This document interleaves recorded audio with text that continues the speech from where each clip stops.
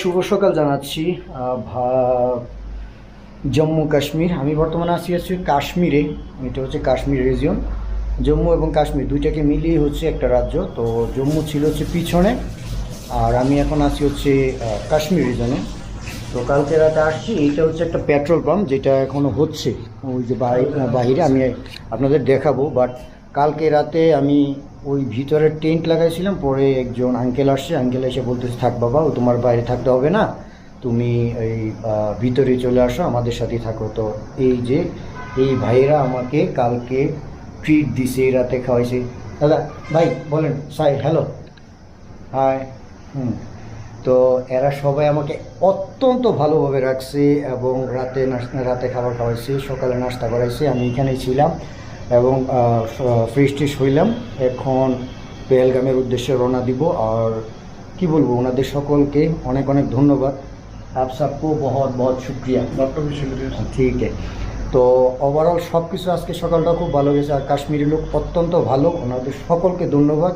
আর যে সকল বাংলাদেশিরা এখানে আসবেন, আইসা দেখবেন যে কাশ্মীরের লোক কতটা ভালোবাসে বাংলাদেশিদের। তো ঠিক আছে, নাস্তা সব কমপ্লিট, ওভারঅল সব কিছুই পারফেক্ট। তো পেহেলগামের উদ্দেশ্যে রওনা দিই, দেখি সামনে কী হয়। কাল রাতে আমি এইখানে এই যে এই জায়গাতে টেন্ট লাগাইছিলাম, বাট একজন মুরব্বী চাচা আসছে, আইসা বলতেছে, বাবা থাক, দরকার নেই তোমাকে বাইরে থাকার, তুমি আমাদের সাথেই থাকো। তো ওনারা ভিতরে আমাকে খুব সুন্দর করে বিজনেসটা করে দিছে।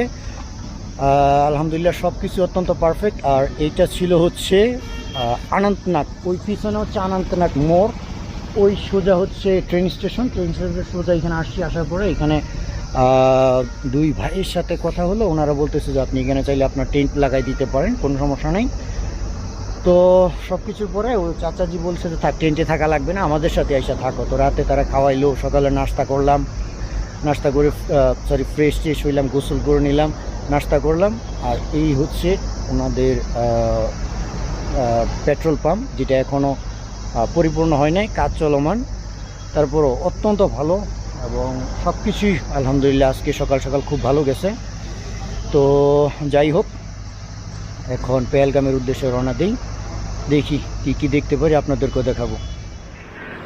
প্রায় অনেকক্ষণ পরে একটা জায়গা পাইছি, দেখি এখন লিফট হয় কি না, ট্রাই করে দেখি। কাশ্মীরেও লিফট আশা করি মিলে যাবে, এখানে লোক ভালো।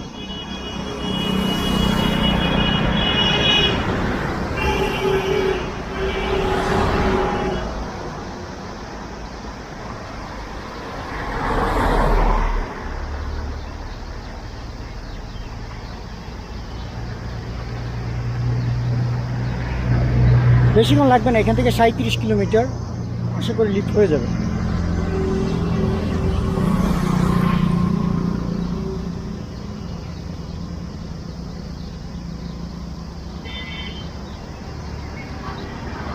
লোকাল ট্যাক্সি বেশি, এই জন্য লিফট নেওয়া একটু কষ্টকর হয়ে যায়।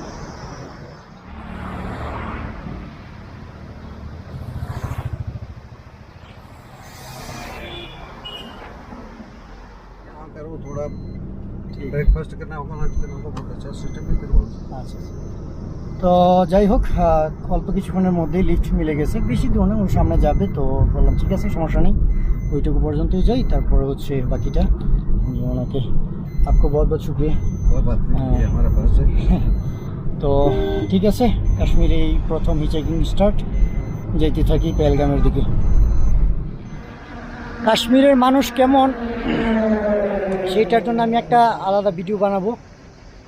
বাট কাশ্মীরের মানুষের গুণগান বলতে বলতে অনেক সময় লাগবে, ওটার জন্য আলাদা ভিডিও হবে। বাট এখানে ভিউটা দেখেন কত সুন্দর, কত সুন্দর, সুবহানাল্লাহ। মানুষ এই যে এখানে বসে নাস্তা করতেছে, আড্ডা দিচ্ছে, কি সুন্দর।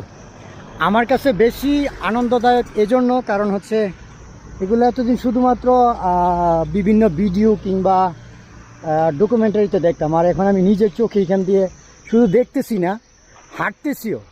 এই জন্য আমার কাছে এটা বেশি মানে আনন্দদায়ক। এমনিতে তো আর বলে নাই যে আর্থ অফ প্যারাডাইস, হ্যাঁ, পৃথিবীর জান্নাত বলা হয় কাশ্মীরকে। কত সুন্দর জায়গা। অনেকে আমাকে বলছে যে আপনি তো মাত্র কিছুই দেখেন নাই, আরও যাইতে থাকেন তো আরও অনেক কিছু দেখতে পাবেন। তো সামনে আগাইতে থাকি। আমার সাথে শুধু ইন্টারেস্টিং জিনিসই হচ্ছে কাশ্মীরে। তো যাই, তারপরে হচ্ছে কাশ্মীরের বিষয়ে আমি বিস্তারিত বলবো। কাশ্মীরের মানুষের বিষয়ে শুধু এইটুকু বলি যে ওদের হচ্ছে কি, মানে মেহমান যদি আসে তাহলে ওদেরকে খাওয়ানো, ওদেরকে ঘরে রাখা, এটা তাদের মানে দায়িত্ববোধের মধ্যে পড়ে যায়, এরকম অবস্থা। এই যে কত সুন্দর, মাশাআল্লাহ। এখান থেকে আরো সুন্দর লাগে লোকেশনগুলো।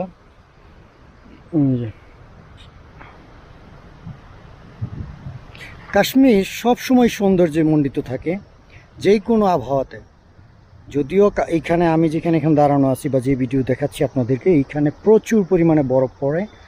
এখানে লোকেরা বলল যে প্রায় -20 থেকে 30-এর মধ্যে চলে যায় তাপমাত্রা।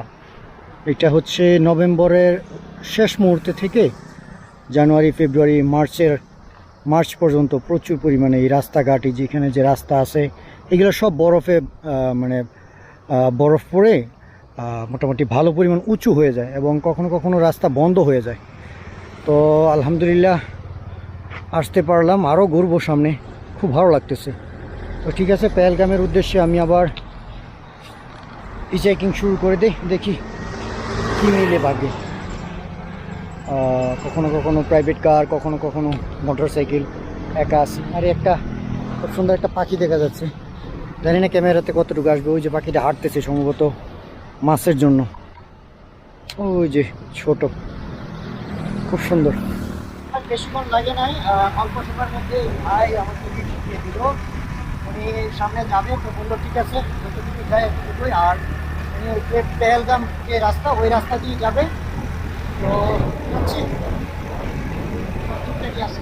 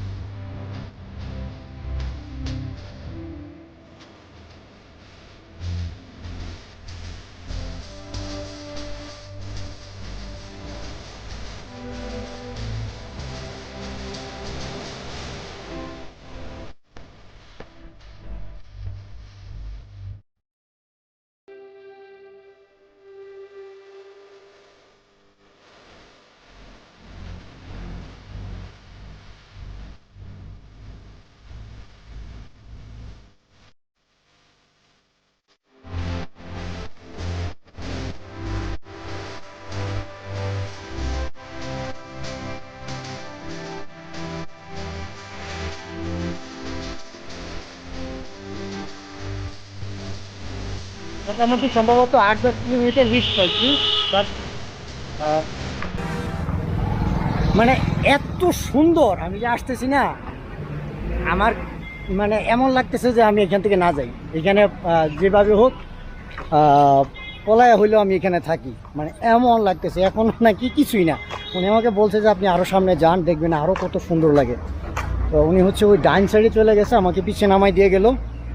এখন হচ্ছে এই সোজাই হচ্ছে পেহেলগাম, পাহাড়ের নিচে আর কি। এখনও মনে হয় আরও 20-25 কিলোমিটার মতো যাইতে হবে। তো যাই হোক, ভীষণ ভালো লাগতেছে, যাইতে থাকি। দেখি আবার লিফট নিতে হবে। মোটামুটি আধা ঘন্টা 40 মিনিট লাগছে, লিফট পেয়ে গেলাম। ভাই লিফট দিচ্ছে, তো যাইতে থাকি, দেখি কত দূর যাইতে পারি, যাইতে থাকি।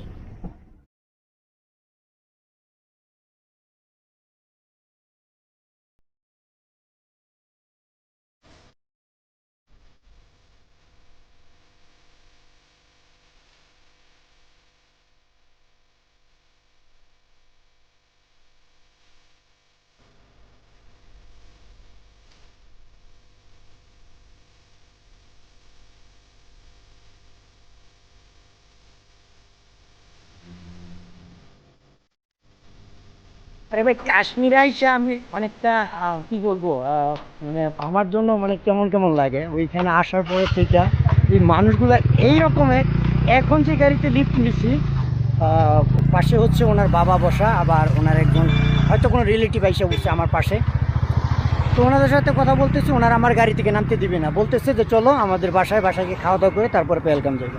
মানে এরা এত অতিথিপরায়ণ মানুষ। তো এইরকম মানুষ কি বলবো, মানে কল্পনাই করতে পারি না যে এরা এরকম কেন। মানে মেহমান শুনলেই, সেটা যেই হোক, আর যদি শুনতে পারে যে বাংলাদেশি, তাহলে এইটা যেন আরও বেশি আঁকড়ে ধরে তারা। তো যাই হোক, উনি হচ্ছে ওই যে পিছনে ডান সাইডে একটা রোড আছে, ওই রোড দিয়ে চলে যাবে। আমাকে বললো যে আপনি এখান থেকে সোজা চলে যান, এখান থেকে লিফট বা যেভাবে পারেন যান, 12 কিলোমিটার হচ্ছে পেহেলগাম। তো এখান থেকে পেহেলগামের শুরু হয়ে গেছে। তো ঠিক আছে, আমাকে আবার এখান থেকে লিফট নিতে হবে। আর কাশ্মীরি লোক মানুষদের কি বলবো,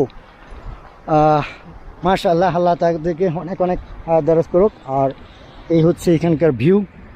কাশ্মীর মানেই সুন্দর, কাশ্মীর মানেই সুন্দর।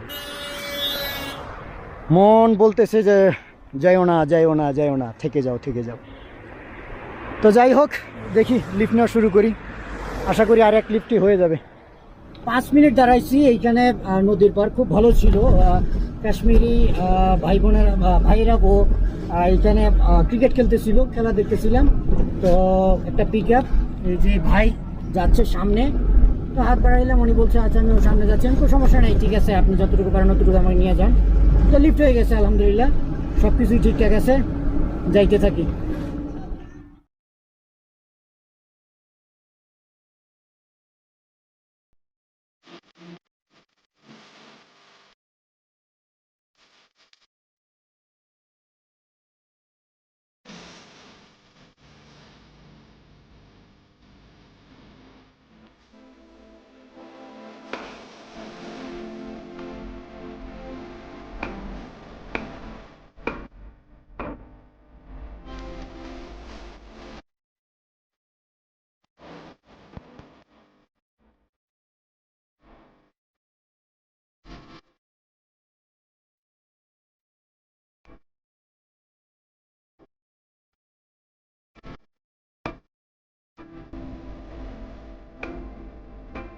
ও পিছনে পিছনে পিক আপটা 2 কিলোমিটার মতো আসছে। পরে বললো যে আপনি এই সোজা যাইতে থাকেন, ওই সামনে এখান থেকে 8-9 কিলোমিটার মতো হবে পেহেলগাম।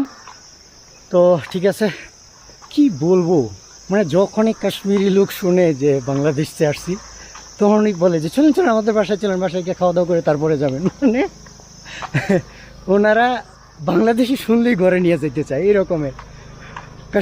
কাশ্মীরি মানুষদেরকে নিয়ে আমাকে একটা ব্লগ অবশ্যই করতে হবে, ইনশাল্লাহ করব। তো ঠিক আছে, মানে আলহামদুলিল্লাহ এইখানে আমার ক্যাম্পিং করার মতো, গোসল করার মতো সব রকম প্লেস আছে। আগে পেহেলগাম যাই, তারপরে বাকিটা দেখতেছি। জি আলহামদুলিল্লাহ, লিফট হয়ে গেছে।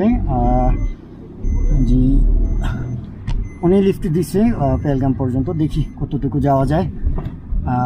বেশি সময় লাগে না, অল্প সময়ের মধ্যে হয়ে গেছে। তো ঠিক আছে, যাইতে থাকি।